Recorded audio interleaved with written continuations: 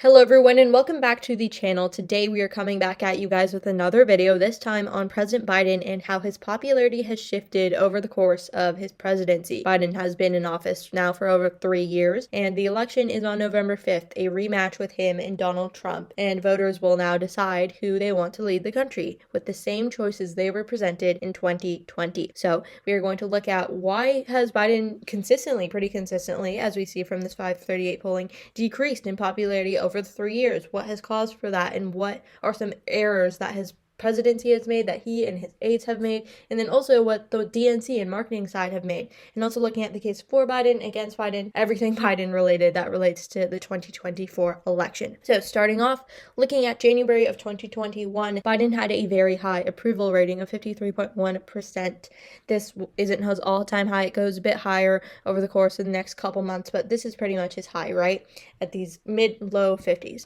And this was mostly due to Donald Trump leaving office being a very divisive figure, everything in 2020 and even the earlier years of his presidency going wrong for him. And so him leaving office, with January 6th being a conviction for Biden supporters and Biden voters that he was the right choice, he obviously had a very high approval rating at the beginning, but that slowly shifted. So his first major scandal, and of course there were other scandals along the way, was in August of 2021 with the pullout from Afghanistan. This was pretty mishandled. It could be done better, but nevertheless it was something that needed to be done, in my opinion. It was mishandled, and so that is what led to his approval rating declining, and it kind of led to the first time where his disapproval rating, and then the times thereafter, of his disapproval rating being higher than his approval rating, and this is kind of the first stepping stone into the wrong direction for President Biden. Now, we go into 2022. This is where the rest of the scandals really come in, is that during 2022, there was insane inflation. If you remember this, the summer of 2022, as we see here, June, July, his approval rating sharply declines, right, going from the low 40s to the high 30s. Again, inflation was really high at this point. Gas prices record high. And so there's an economic problem here, right? In August of 2021, it was a foreign policy thing. Now it's a economic thing, and economics is one of the main things that, impacts people. They see this in their homes. They see how much they're spending on bills and on gas and on groceries, and they're upset about it. So this is obviously going to lead to a huge decline. And obviously there's more controversy around how much, the president controls the economy versus the Federal Reserve, or just, economics in general from previous administrations, right? On day one of your presidency, you're not going to be able to develop an entirely new economy because there's stuff left over from the previous administration. There are things in place in politics and government and institutions that you're unable to change, but with the changes that Biden made, it didn't seem to help much. So that's what led to his decline, but slowly gas prices and everything started going up, and to Biden's defense, this is something that happened worldwide. It's not just a United States problem, but still his policies did impact this, as well as Trump's policies in 2020 with stimulus checks and whatnot. And then over time, there were other scandals at this point, but it was pretty consistent for the remainder of this period. And then during this period, well, in 2023, his age started becoming more of a problem. That's one of the main things at this point, is that slowly we realize that, hey, this man doesn't seem to be all there. He seems to have some cognitive disabilities, right? If you ever see videos of him from 2019 on the debate stage with the rest of the Democrats vying for the Democratic nomination for president, he's a much different speaker than he is today, or he was a year ago, right? He fumbles a lot now. His voice is just much more raspy and crockety and lower and more strained. It seems harder for him to speak. He constantly needs to be on the stage with his wife, Dr. Biden. And if he was ever up there alone, he has difficulty getting off or moving around or maneuvering. And he's fallen multiple times going down and upstairs on bikes on the graduation of the Air Force Academy in 2023. Right? There's so many of these moments in which he shows that he is failing. His body's failing him, and not really failing because he is in his early 80s, which is, a good time for his body to start failing him, considering that he was in his late 70s at the time of the Democratic nomination. He was speaking great for someone at that age. It seems normal that he's getting to this age and this point where he can't do those things anymore. And the job of president is so straining on the body, on the mental, on the physical. If you see pictures of Barack Obama from 2008 versus 2016, he's an entirely different man. Those 8 years aged him incredibly.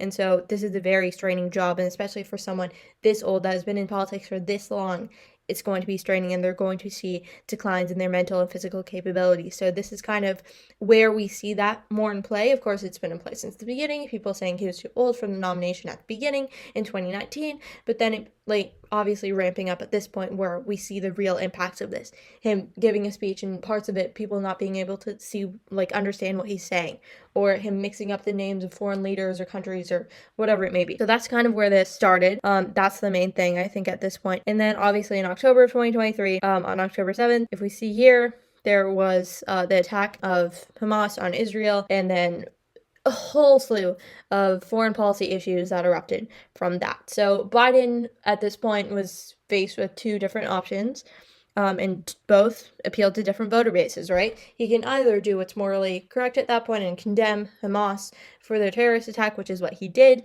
and then he loses then the support of many young, very liberal, very progressive voters, also Muslim voters, a lot of them in March primaries, making a vote of no confidence, meaning that they didn't want to vote for either Donald Trump or any of that, Joe Biden, or any of the other candidates. They're going to abstain from voting. And so that's one voter group that he loses. On the other hand, he loses a lot of independents, a lot of Jewish voters, certainly, Israeli, and then, yeah, those are the two options. So obviously he went with condemning Hamas, so it's morally right at that point. But then afterwards, things get more murky, right, with Israel attacking, and then, in the opinion of some, attacking to a much larger degree than did Hamas, and causing a humanitarian crisis in Gaza, and etc., etc. This is in the news. I don't need to recap this entire conflict for you all.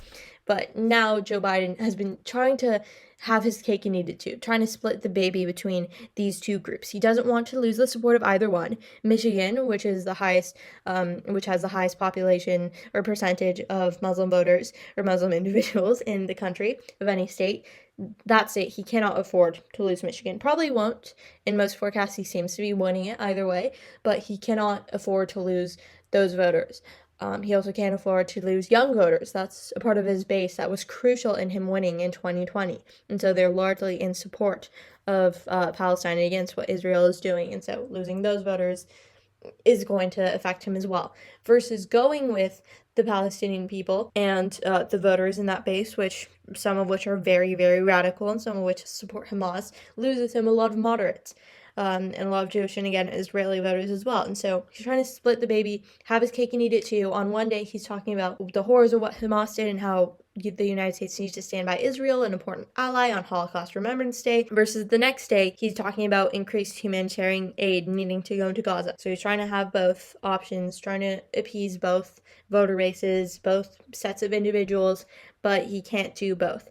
And also, sorry, something else I forgot to mention was in February of 2022 was when, if we can find this here, in February 22 was when Russia invaded Ukraine. So that's another foreign policy issue here.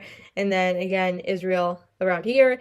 And obviously earlier we had Afghanistan, the pullout from Afghanistan, and his mental and cognitive decline over this period, and with the recent Trump indictments throughout this past year and a half or so, those have also led to this stark divide between his disapproval and approval rating going in the opposite direction than what he and his campaign would obviously like to see. Now at this point, his approval rating is, I think, at an all-time low, possibly one of his lows definitely across his campaign. We see his 37.9 here, basically the same here.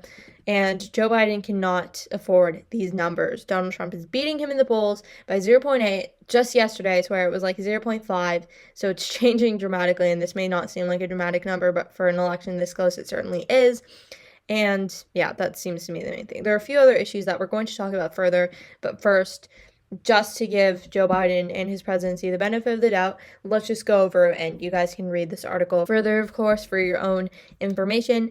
But some of the things that he's done over the course of the presidency that were truly good policies. If you are a Democrat, and even if you're not, if you're just for more democratically minded or progressive policies or policies that aid the everyday Americans. These are some of them: expanding overtime guarantees for people who make less than a certain number. He tried to get it up to $55,000, but that's kind of hard to do. things with birth control, things with gun prevention. Obviously, I'm not going to go through all of these and read them because obviously the article does that itself, but this is a very extensive list. Please read this if you're going to be voting in 2020, even not, if you're going to have discussions about these things. I feel like it's important to both read the negatives of one presidency and the benefits and the things that are important. So there's a lot, a lot of things. As I said, the top 30 things that he's done that are really instrumental and that are important and that are successes, I think that would be characterized by most, right? And they don't mention the CHIPS Act or the Inflation Reduction Act, which are usually the go-tos for Biden supporters, but these are other things that he's done in addition to those. And they do have a list for President Trump as well, if you're wondering. So those are the things that kind of he did well during his presidency. But then there are a couple things that he's also failed at, right? And this list, we're going to look at two different lists. This is just, I think, 4 things. Hunter Biden's business dealings. I don't think this is too important for anyone out of the zeitgeist of politics. I think that both Biden's family, that being mainly Hunter, and then Trump's family and himself, having these controversies won't impact voters too much, or they're just going to bounce off of each other. They're not going to sway them either way. Then we have the classified documents. Again, anyone who's too, doesn't pay attention to politics as much as people on YouTube and we political junkies do, I don't think this is going to matter much, especially if they do look into the facts of the case, in that Biden and his lawyers immediately contacted lawyers once they saw, or immediately contacted the National Archives once they found the classified documents in his office at the University of Pennsylvania. I think that's something to take note versus Donald Trump kept the documents in his possession, only gave a few back after the National Archives asked for them back, and then lied about having the rest of them with him. So that's one thing to keep in mind about that. Again, I don't think this is going to be too instrumental. I think this list is mostly tiered toward people who are, again, politically minded, people who are involved in this type of stuff. Student loan forgiveness. This, of course, is him trying to lower the cost for student loans and also forgive them, and then the Supreme Court pushing back on him. Again, this is, I think, most people have seen the successes that has come from this. Not really the negatives. But then the major thing that they do touch on here, really important, is his age. That's, again, the main thing. People looking at him and saying that this is not what a leader looks like, right? A leader needs to be quick on his feet and mentally capable and show leadership and strength to the rest of the world, especially as America being one of the world's leaders, the leader of the world, many would characterize America as. And so his age being so high is certainly a negative for him, much more than it is for Donald Trump. So we'll certainly see this play out much more directly on June 27th with the debates to see how much age really plays an impact in how Biden is able to focus and attack and speak coherently on the debate stage and overall in general in his speeches, which is something necessary for a president. So yeah, his age is definitely a big factor. The other 3 I don't think are too major. Now on to another list. This one I think is much more comprehensive and important. So the worst border crisis in United States history. I don't know if I would go that far, but definitely it is a crisis on the southern border. Now if you look at Pew Research polling, there have been a record number of border encounters at the southern border in just 2023 and then late 2022 as well, but mostly 2023. Record spikes in December, January. This obviously only goes to December, but afterwards as well, we saw record numbers. And this is for numerous reasons. Him being President Biden rescinding the stay in Mexico policy, which Donald Trump had enacted, which is really crucial in making sure that people couldn't just walk into the country, that they needed to go to a court office to appeal, show their case as to why they need to be in America, and if not, they were sent back to Mexico. And so President Biden, repealing that on day 1, probably didn't expect for the numbers to be this high, for this to impact his presidency so much, but it really did, right? We saw a lot of coverage from Governor Greg Abbott in Texas being like, hey, these people that I vote against, for them to be able to come in the country in this way, are coming into the country because I'm just happen to be situated right next to the border. So I'm busing all these migrants to the people who want them to come in this way. And so he bussed them, of course, Martha's Vineyard, New York City, Chicago, the liberal cities that really preach and pride themselves on allowing these people to come in or being much softer on immigration. And of course, there was a bunch of news articles which weren't favorable to these cities. Even mayors of Chicago and New York being like, don't come, do not come to our cities. We cannot afford to have you here. We don't have enough space. We don't have enough resources. Do not come. And so that kind of being a flip for Democrats to be confronted with their policies firsthand and see that, hey, maybe this isn't the way to work. So that's definitely one thing that was really important. Next one, I feel like this is somewhat more in the zeitgeist of politics again, in the culture wars, is DEI.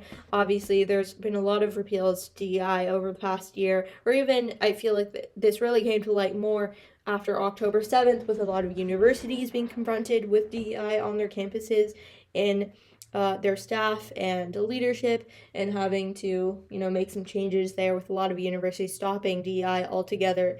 UNC Chapel Hill stopped the entire funding for the DEI department, putting that into campus security, and universities like Harvard and MIT stopping DEI in their practices for hiring, and instead, again, putting those efforts into other things that are more educationally focused. And so, again, I don't know how much this is really prevalent in, everyday voters' minds, or how much it's more so focused on the people who are on Twitter all day, or who watch these, culture warsy podcasts, or listen to political talking heads on YouTube. But either way, definitely something to keep in mind, but I don't, again, know how much it really impacts the election. Weaponizing agencies. So, again, maybe I think this more so comes into play with the DOJ, with their, someone being involved with the criminal cases for Donald Trump, but otherwise, I don't think that this is too big of an issue on the minds of voters. The Daily Signal does talk about the IRS, but again, I don't think that everyday voters are paying too much attention to this, so I don't think that this is as big of an issue. Debt, inflation, and the cost of living. Yes, this is probably the major thing. I would characterize President Biden's failures into three things, or three different sectors. One being economic, two being foreign policy related, so Afghanistan, Ukraine, and Israel Hamas, and then lastly his age. And then this is one of the major things, and I think that they feel free to read this article. It's a really good one. Very, of course, biased because it's talking about failures and it's opinionated, but very good nonetheless. But yes, this is one of the major things, is that President Biden in 2020, during his entire campaign, he was promising a return to normalcy. That's what his entire campaign promised, is that we are going to stop with the controversy, we are going to be calm, we are going to be collected, we are going to bring about world peace and more unity within the country, or just be normal, right? Not this necessity to go above and beyond and have this amazing presidency that in decades later Americans are going to look back on and be like, wow, that's an amazing presidency, but just be normal from the chaos that was Donald Trump. And whether you like him or hate him, again, you have to admit that there was some chaos with the constant controversy, with Twitter being this insane platform where the president might just send off nukes through Twitter to North Korea or something of the sort. But there was no normalcy, right? This wasn't gained back during President Biden's presidency. And this is something that a lot of voters are confused about. Like, you ran on returning normalcy, but we haven't seen that. We've seen the opposite, rather.